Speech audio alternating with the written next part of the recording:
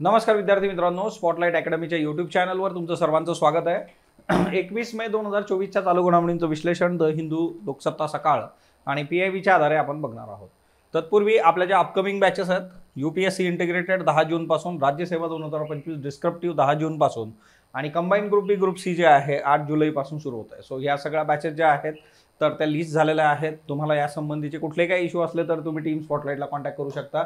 आपली जी पहिली न्यूज आहे बघा, बारामुल्लामध्ये आजवरचं सगळ्यात जास्त जे आहे तर ते मतदान झालेलं आहे। 59% एवढं मतदान झालेलं आहे बारामुल्लाचा। तर तुम्ही विचार केला लोकसभा निवडणुकीच्या बाबतीमध्ये तर बारामुल्लाचा हा जो सगळा परिसर आहे तर एकतर जे आहे की टेररिस्ट ॲक्टिव्हिटीज असतील किंवा फुटीरतावादी गट असतील, बऱ्याचदा जे आहे की तिथं नेहमी ज्यावेळेस निवडणुका येतात त्यावेळेस जे आहे बहिष्काराची भाषा केली जाते, नागरिकांना जे आहे फितवलं जातं किंवा त्यांना तसं आवाहन केलं जातं, त्यांना प्रेशराईज केलं जातं। पण या सगळ्या गोष्टी बाजूला ठेवून बारामुल्लामधला जो भारतीय नागरिक आहे त्यांनी जे आहे खूप उत्साह दाखवलेला आहे आणि हे आजवरचं बारामुल्लामधलं जे आहे सर्वाधिक मतदान आहे आणि हेच भारताच्या लोकशाहीचं जे आहे तर ते वैशिष्ट्य आहे किंवा तुम्ही याला जे आहे की डेमोक्रेसी भारतामध्ये टिकणार का, म्हणजे ज्यावेळेस आपल्याला स्वातंत्र्य मिळालेलं आहे तर त्यावेळेस ही चर्चा होती की हे किती दिवस चालणार, तर मग हे इतके दिवस किती दिवस चालणार हा जो कन्सर्न आहे। तर मग या केसमध्ये एक साधी सोपी गोष्ट जी आहे की ते आपल्या लोकांनी दाखवलेलं वेळोवेळी, हां हिच्यामध्ये काही चढ उतार आलेले आहेत पण तरीसुद्धा जे आहे आज खूप प्रॉपरली या गोष्टी होत आहेत। बघा आता जे दहशतवादी हल्ले आणि त्याच्यामध्ये जे आहे ऑब्विसली तिथला जो नागरिक आहे तर ते एक फिअर फॅक्टर तिथं आहे, तो एक मुद्दा याच्यामध्ये आहे। 90च्या दशकापासून जे आहे निवडणूक बहिष्काराचे जे इशारे दिले जायचे आणि त्याच्यामध्ये जे काही मतदानावर परिणाम व्हायचा तो आता दिसत नाही आहे। नॅशनल कॉन्फरन्सचे नेते उमर अब्दुल्ला यांच्यासह 22 उमेदवार इथून रिंगणामध्ये आहे बघा आणि त्याच्यासाठी जे काही मतदान झालं त्याच्यामध्ये 59% हे आजवरचं जास्त आहे। म्हणजे तुम्ही 2019 मध्ये बघितलं तर फक्त 34.6% जे आहे तर ते मतदान इथं झालं होतं, फक्त 34.6%। 1989 मध्ये फक्त 5.48% मतदान इथं झालं होतं। ओके, सो एकंदर जे आहे काश्मीरचा जो रिजन आहे सगळा तर त्याच्या बाबतीमध्ये जे आंतरराष्ट्रीय स्तरावर पण संवेदनशीलता असते किंवा तो मुद्दा जो आहे की भारताच्या विरोधात आंतरराष्ट्रीय स्तरावर तो मुद्दा समोर आणला जातो। सो या केसमध्ये जे आहे गोष्टी येत्या काळामध्ये खूप प्रॉपरली आपल्याला जे आहे तर त्या बघायला मिळतील याचं चिन्ह आहे। लडाखमध्ये सुद्धा जे आहे तर ते संध्याकाळी 5 वाजेपर्यंत 68% वोटिंग होतं बघा। ओके, आणि ॲक्च्युली जे आहे की 5 वाजेनंतर जे काय मतदान होणार आहे तर त्याच्यात तो 75% पर्यंत जाण्याचे चान्सेस आहेत। सो लडाखमध्ये सुद्धा जे आहे खूप चांगल्या पद्धतीने जे आहे वोटिंग झालेलं आहे आणि लडाखची जी मागणी आहे की आम्हाला तुम्ही स्टेटचा दर्जा द्या त्याच्यासाठी जे आहे मधल्या काळात उपोषण पण झालं होतं। सोनम वांगचुक यांचं जे आहे बरेच दिवस ते चाललं होतं। सो लडाखमध्ये पण मोठ्या प्रमाणावर जे आहे मतदान झालेलं आहे बघा।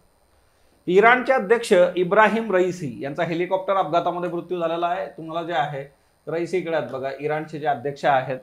सो आता बरेचसे लेख आहेत की जे काही नेते असतात ते हेलिकॉप्टर का प्रिफर करतात किंवा एकंदर आता इब्राहिम रईसी यांच्याबद्दल आपल्याला विचारलं जाऊ शकतं, कारण एखाद्या राष्ट्राची सर्वेसर्वा असणारी जी व्यक्ती आहे किंवा खूप महत्त्वाच्या पदावर असणारी व्यक्ती आहे ती जर अशी अपघातातून किंवा कुठल्याही पद्धतीने निधन जर होत असेल तर तो प्रश्न आपल्याला विचारले जाण्याचे चान्सेस असतात। इराणचे अध्यक्ष जे आहे इब्राहिम रईसी हे हेलिकॉप्टरने अझरबैजानमधून परतत होते बघा, त्यावेळेस त्यांचं हेलिकॉप्टर कोसळलं होतं। 17 तास उलटल्यानंतर हेलिकॉप्टर शोध आणि बचाव पथकाला सापडलेलं आहे, जळून खाक झालेलं आहे आणि याच्यामध्ये कुणीही जे आहे तर ते वाचलेलं नाही आहे। रईसी यांच्यासह जे आहे त्यांचे जे मंत्री होते, एक परराष्ट्र मंत्री अब्दुल्लाहियन, तर तेही त्यांच्याबरोबर जे आहे हिच्यामध्ये त्यांचं निधन झालेलं आहे। सो ही जी घटना आहे बघा, तर इराणचे अध्यक्ष इब्राहिम रईसी यांचा जन्म जो आहे इराणच्या महशद या शहरामध्ये झालेला आहे। 1960 मध्ये जे आहे त्यांचा जन्म झाला होता। त्यांचे वडील मौलवी होते। इब्राहिम रईसींनी इराणच्या न्याय व्यवस्थेत पण काम केलं होतं, तिच्यामध्ये अनेक वादग्रस्त निर्णयांमध्ये सुद्धा त्यांचा जो आहे सहभाग आहे। म्हणजे 1988 मध्ये इराणच्या कैद्यांना सामूहिक फाशी देण्यात आली होती। तो निर्णय देणारा जो काही गट होता किंवा जी काही न्याय व्यवस्था होती त्या प्रक्रियेमध्ये रईसी पण त्यावेळेस होते आणि याच्यामध्ये जवळपास 5000 कैद्यांना फाशी देण्यात आली होती बघा। इमॅजिन करा तुम्ही, 5000 कैद्यांना ॲट अ टाइम फाशी यांनी दिली होती।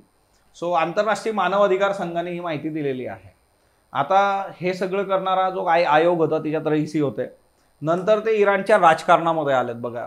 आणि इराणच्या अध्यक्षपदाची निवडणूक 2017 मध्ये त्यांनी लढवली होती, तिथं मात्र त्यांचा जो आहे पराभव झाला होता, परंतु 21 मध्ये मात्र जे आहे ते निवडून आले होते आणि ते जे आहेत तर ते इराणचे आता अध्यक्ष झाले होते. सो बेसिकली ही एक बाब जी आहे त्यांच्याबद्दलची लक्षात ठेवा. इराण हा जो देश आहे हा तुमच्या समोर आहे इथं मॅपमध्ये, कॅस्पियन सीला बॉर्डर करतो. बघा इराण कोणाला बॉर्डर करतो, कॅस्पियन सीला इराण बॉर्डर करतोय. इराणला इकडे तुर्कमेनिस्तान, अफगाणिस्तान, पाकिस्तान जे आहे ते बॉर्डर करतायत. ओके, इकडे इराक आहे बघा, टर्की आहे, सो अझरबैजान आहे आणि हाच तो रिजन आहे बघा. अझरबैजान कडून ते परतत असताना जे आहे हा इथं अझरबैजान जो आहे तो. सो इराण जे आहे त्याचं मॅप लक्षात ठेवा. त्याच्यानंतर नेक्स्ट वन, वाढत्या तापमानामुळे कोकणामध्ये जे आहे कासव संवर्धन जे काय केलं जातं त्या कासव संवर्धनावर निगेटिव्ह इम्पॅक्ट होतो आहे. आपण याच्या आधी जे आहे बघा ऑलिव्ह रिडले जो कासव आहे त्या ऑलिव्ह रिडलेचं संवर्धन इथं केलं जातं. अंडी जमा करून जे आहे ती उबवून मग ती पिलं जी आहे ती सोडली जातात. वेळासला जे आहे तर तिथं पण कासव महोत्सव होतो बघा. वेळाचे रेफरन्सेस आपण बघितलेले आहेत.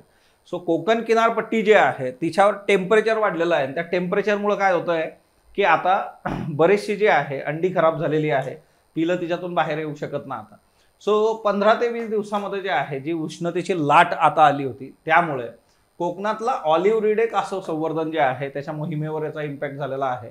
आता एकतर जे आहे तीव्र उन्हाळा आहे त्याच्यातून अंड्यातून कासव बाहेर येण्याचं प्रमाण 30% घटलेलं आहे. 30% जे आहे म्हणजे 100 अंडी असती तर 70च पिलं बाहेर आलेली आहे. हेच प्रमाण तुम्ही मागच्या वर्षी बघितलं तर हे 10 ते 15% होतं अंडी खराब होण्याचं, पण हे 30% गेलेलं आहे. आता भारताच्या उपखंडामध्ये 4 ते 5 प्रकारचे कासवांचा वावर येतो, ज्याच्यामध्ये olive Ridley, green turtle, hawksbill turtle, leather back turtle असे कासव आहेत बघा. कोकण किनारपट्टीवर ग्रीन टर्टल आणि ऑलिव्ह रिडले अशा 2 कासवांचं अस्तित्व आपल्याला दिसून येतं. आणि ऑलिव्ह रिडले असंही तुम्ही जर बघितलं तर आपण न्यूजमध्ये कितीतरी वेळा ऑलिव्ह रिडलेचा रेफरन्स बघितलेला आहे. आता काही वर्षापासून या कासवांचं अस्तित्व जे आहे वेगवेगळ्या कारणांमुळे धोक्यात आलेलं आहे. याच्यामध्ये मासेमारी मोठ्या प्रमाणात असतील किंवा जे आहे की बोट्स वापरल्या जातात बघा इंजिनच्या, त्यांचे आवाज, अशा बऱ्याच इश्यू तिच्यामध्ये आहेत. प्लस टेम्परेचरचा एक महत्त्वाचा मुद्दा याच्यामध्ये आहे, तोही आपण बघूयात. ओके, सो वन विभाग जो आहे, स्थानिक नागरिक आहे, त्यांच्या स्वयंसेवी संस्था याच्या माध्यमातून कासव संवर्धनासाठी प्रयत्न केले जातात. रायगड जिल्ह्यात श्रीवर्धन, दिवे आगार, हरिहरेश्वर इथं कासव संवर्धन मोहीम राबवली जाते. पण या वर्षी जे आहे त्याच्यावर निगेटिव्ह इम्पॅक्ट दिसतो टेम्परेचरमुळे. आता कासव ज्या ठिकाणी घरटी बांधतात तिथल्या हवामानाचा अंड्यावर परिणाम होतो. म्हणजे घरट्याचं तापमान थंड असेल तर पुरुष प्रजातीचे कासव जन्माला येतात. तापमान जर उष्ण असेल तर मादी प्रजातीचे कासव जन्माला येतात बघा. अति उष्णता झाली तर अंडी खराब होतात, त्यातून पिले बाहेर येण्याचं प्रमाण घटत जातं. कधी कधी 100 अंड्यातून एकही पिल्लू बाहेर येत नाही. सो हा टेम्परेचरचा मुद्दा मागे एकदा करंटमध्ये बघितला होता आपण. टेम्परेचर जास्त असेल तर मादी बाहेर येणार आहे, कमी असेल तर नर बाहेर येणार आहे. आणि हा समतोल आपल्याला साधता आला पाहिजे. जर तुम्ही इमॅजिन करा टेम्परेचर खूप कमी झालं तर नर बाहेर येतील, खूप जास्त आलं तर मादी बाहेर येतील, तिथं पुढे जाऊन प्रोडक्शन होणार नाही. त्याच्यामुळे जे आहे असंही त्यांचं अस्तित्व जे आहे त्याच्यावर प्रश्नचिन्ह उभं राहतं. आता लास्ट इयर जे आहे जवळपास 15% अंडी खराब झाली होती, ती आता 25 ते 30% झालेली. ब्रिटनमध्ये आहे ना एक घोटाळा झाला होता 1980च्या दशकामध्ये जे आहे. इन्फेक्टेड ब्लड स्कॅन्डल जे आहे, दूषित रक्तामुळे हजारो लोकांना HIV झाला होता तिथं. आणि ब्रिटनची जी आरोग्य सेवा आहे बघा तर ती याच्यामध्ये जे आहे तर एक सेंटर ऑफ अट्रॅक्शन होती सगळ्या याच्यामध्ये. सर्वात मोठा आरोग्य घोटाळा हा झालेला आहे. दूषित रक्तामुळे HIV आणि हेपेटायटिस बाधित जे काही हजारो रुग्ण होते त्यांना नुकसान भरपाईसाठी ब्रिटन सरकारने आता 10 अब्ज पाऊंड किंवा 12.70 अब्ज डॉलर जे आहे पेक्षा जास्त खर्च करणं अपेक्षित आहे बघा.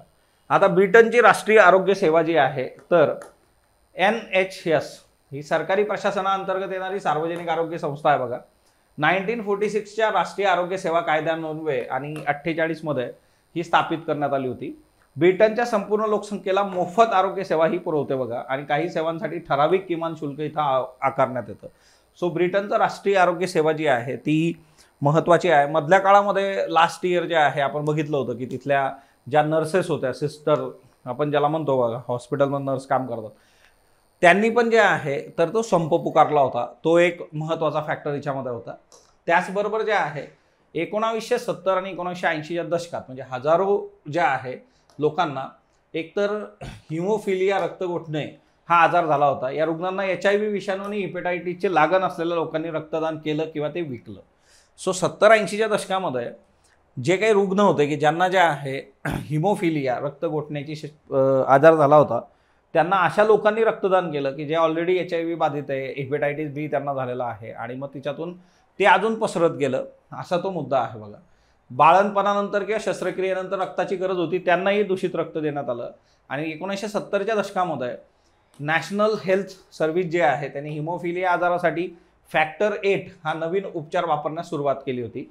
रक्तदात्यांच्या रक्तातून प्लाझ्मा काढून त्याच्यावर प्रक्रिया करून रक्त घटक तयार करण्यात आले होते, ज्याला फॅक्टर 8 असं नाव दिलं होतं बघा. फॅक्टर 8 हे हिमोफिलिया आणि वॉन विलेब्रँड सिंड्रोम जे आहे असलेल्या रुग्णांसाठी आश्चर्यकारक औषध मानलं जायचं आणि हिच्यामध्ये जे आहे मोठ्या प्रमाणावर दूषित रक्त आलं आणि तिच्यातून सगळा गोंधळ झाला. ओके. दक्षिण कोरियामध्ये डॉक्टर संपावर गेलेले आहेत बघा. फेब्रुवारी महिन्यापासून डॉक्टर संपावर आहेत. बरं, डॉक्टर का संपावर आहे दक्षिण कोरियात? तर दक्षिण कोरियामध्ये ज्या काही मेडिकलच्या सीट्स आहेत तर त्या नियर अबाउट 2000च्या आसपास आहे. पण इथं जे आहे यांनी आता 3058 एवढं जे आहे तर ते वॅकेन्सीज वाढवलेले आहेत.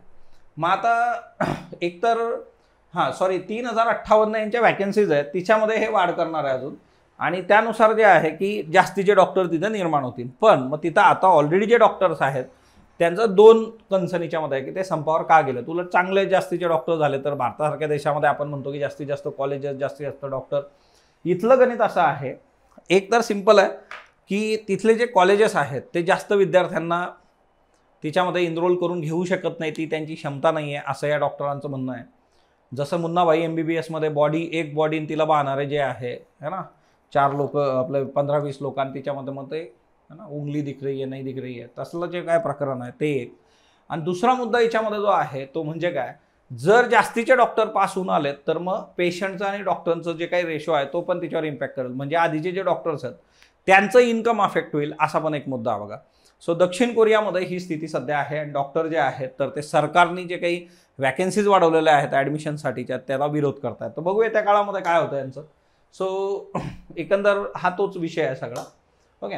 सारिस्का व्याघ्र प्रकल्पामध्ये अवैध उत्खनन होत आहे बघा. सारिस्का जो काही व्याघ्र प्रकल्प आहे राजस्थानमध्ये, सो 15 मेला जे आहे सुप्रीम कोर्टाने यासंबंधी एक खूप महत्त्वाचं जे आहे तो जजमेंट दिलेलं आहे आणि त्यामध्ये सर्वोच्च न्यायालयाने म्हटलेलं आहे की सारिस्का व्याघ्र प्रकल्पाच्या 1 किलोमीटर परिघामध्ये 68 खाणी ज्या आहेत त्या सगळ्या बंद करण्याचे आदेश दिलेला आहे. 68 माइन्स. आता इथं खाणी काय आहे तर इथं संगमरबर, डोलोमाइट, चुनखडक असे जे आहेत बघा तर ते मोठ्या प्रमाणावर तिथं आहेत आणि त्यामुळे जे आहे की या कायद्याचं बऱ्याचदा जे आहे उत्खननापासून संबंधीचे काही इश्यूज आणि त्याच्या संबंधीचे आहे त्याचं हनन केलं जातं. कारण संगमरबर, डोलोमाइट, चुनखडक हे सगळ्या दूर कन्स्ट्रक्शन वगैरे तिथं त्याची मागणी असते.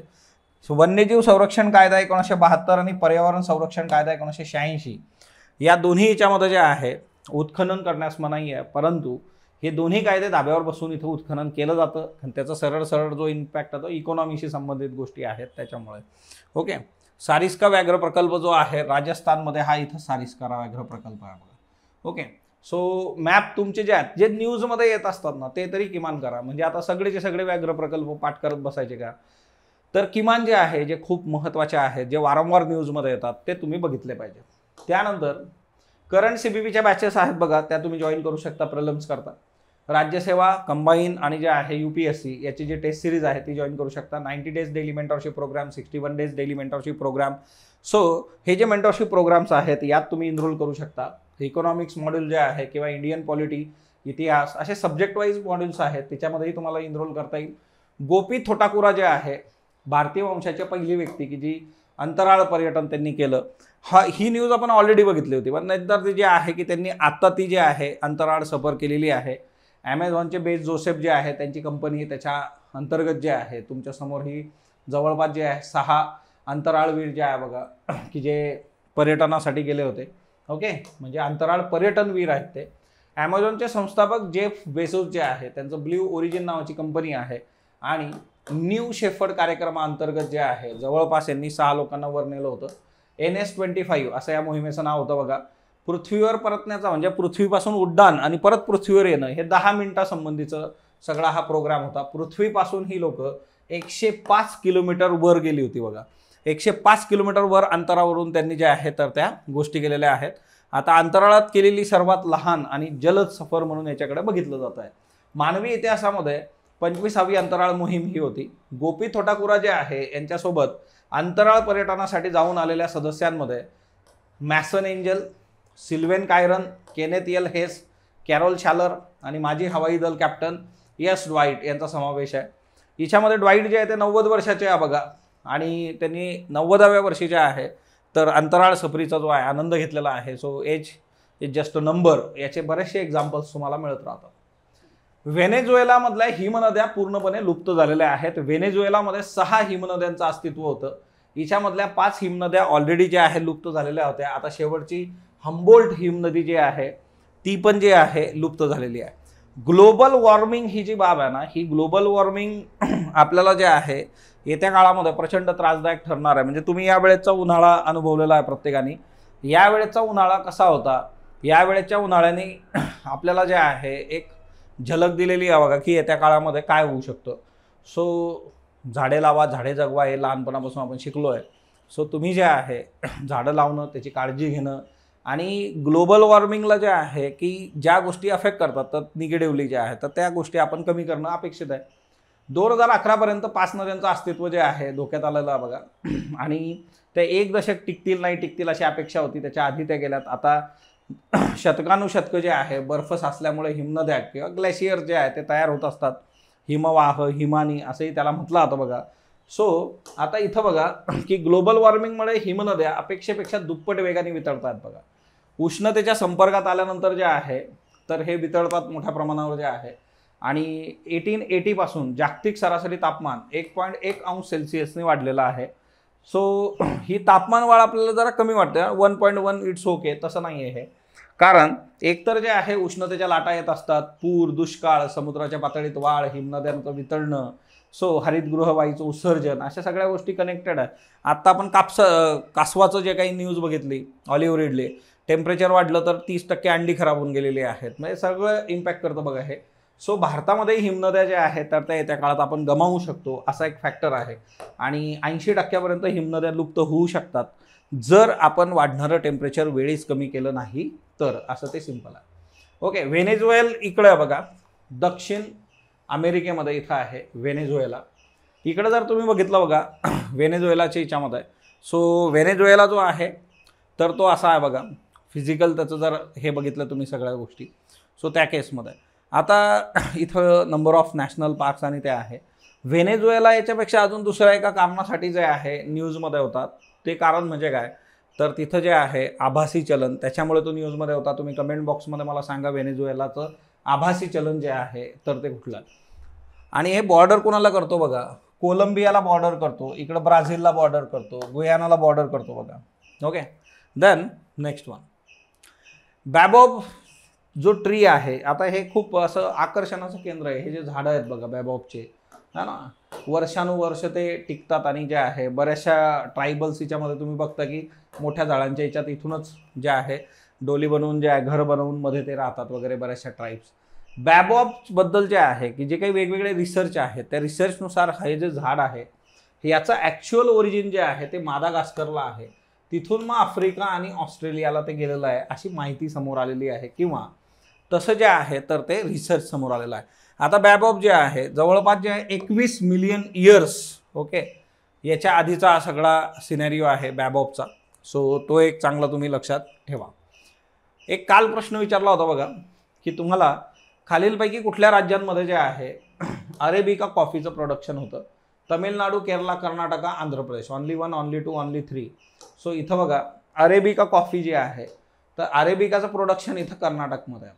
बाकी जर तुम्ही बघितलं आंध्रा, तमिळनाडू, केरला तर ती रोबुस्टा आहे. सो एकच एक जे आहे कर्नाटक. देन कथ्थकली नृत्य खालीलपैकी कोणत्या देशातील नोह आणि काबुकी या नृत्य साधर्म्य राखते तर त्याचा आन्सर आहे Japan.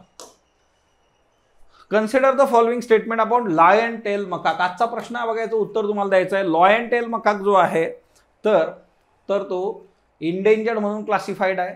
Lion tail मकाकचं distribution western घाट हिल रेंजेसमध्ये, कलक्कड हिल जे आहे दक्षिणेकडे, तर सिरसी होनावारा जे आहे नॉर्थकडे तिथपर्यंत तुम्ही बघू शकता. वाईल्ड लाईफ प्रोटेक्शन ॲक्ट 1972 जे आहे, हायेस्ट कन्झर्वेशन प्रायोरिटी जी आहे तर त्याला दिलेली आहे शेड्यूल 1 मध्ये, तो लिस्ट आहे. हे 3 स्टेटमेंटपैकी किती स्टेटमेंट योग्य आहे ते तुम्हाला सांगायचं आहे. Only 1, only 2, only 3, all of the above. Okay, sorry, none of the above पाहिजे इथं. ओके, इथं जे आहे काय पाहिजे, none of the above. Okay, so next one, Marathi जो प्रश्न आहे आपला, MPSC, नोंदणीकृत राजकीय पक्षांना काही कायदेशीर फायदे मिळतात, त्यामध्ये खालीलपैकी कशात समावेश होतो. प्राप्तिकर कायदा 1961च्या कलम 13 अंतर्गत प्राप्त झालेल्या देणग्यांसाठी प्राप्तिकर परताव्यामध्ये सूट मिळते. लोकसभा किंवा राज्यातील विधानसभा यांच्या सार्वत्रिक निवडणुका लढवण्याची पक्षाची ओळख म्हणून एकमेव चिन्ह प्राप्त होतं. निवडणूक प्रचारादरम्यान 50 स्टार प्रचारक निवडण्याची मुभा मिळते.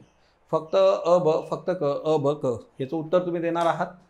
स्पॉटलाईट अकॅडमीचं ॲप डाउनलोड करून घ्या. 10 जूनपासून आपल्या इंटिग्रेटेड बॅचेस सुरू होत आहेत. IAS 2025, त्याच्यानंतर जे आहे राज्यसेवा 2025 जे आहे डिस्क्रिप्टिव्ह पॅटर्न. IAS फाउंडेशनची बॅच अवेलेबल आहे ॲपवरती, तुम्ही करू शकता. सो तुम्हाला नोट्स ज्या आहेत, आज तुम्हाला विज्ञान तंत्रज्ञान आणि संरक्षण ही नोट रिलीज होणार आहे 365, ती तुम्ही बघू शकता. मराठी साहित्याची बॅच जी आहे तर ती आपली सुरू होते 2025 साठीची. सो मराठी साहित्याची बॅच नेक्स्ट मंथमध्ये जे आहे तर ती सुरू होईल. आज जी आहे तर ती लिस्ट होऊन जाईल. ऑनलाईन पण जे आहे मराठी साहित्याचे लेक्चर्स तुम्हाला यूट्यूबवर अवेलेबल आहे, सायमल्टेनियसली तुम्हाला ॲपमध्ये सुद्धा अवेलेबल आहे. स्पॉटलाईट अकॅडमीला फेसबुक, इन्स्टा आणि टेलिग्राम अशा वेगवेगळ्या प्लॅटफॉर्मवर तुम्ही फॉलो करू शकता. आपल्या चॅनलला सबस्क्राईब करा, व्हिडिओला लाईक करा, ज्यांना गरज आहे त्यांच्यापर्यंत पोहोचवा. आपल्या टीम स्पॉटलाईटचे कॉन्टॅक्ट नंबर आहेत 74476657, 698275275769. सो हे टीम स्पॉटलाईटचे कॉन्टॅक्ट नंबर आहे, तुम्ही टीम स्पॉटलाईटला कॉन्टॅक्ट करू शकता. आणि इंटिग्रेटेड बॅचेस किंवा त्याच्या संबंधी तुमचे जे काही डाऊट्स असले तर ते तुम्ही अकॅडमीला येऊन पण जे आहे तर त्या गोष्टी प्रॉपरली आपण डिस्कस करू शकतो. So thank you all of you. भेटूयात उद्या नेहमीप्रमाणे. धन्यवाद.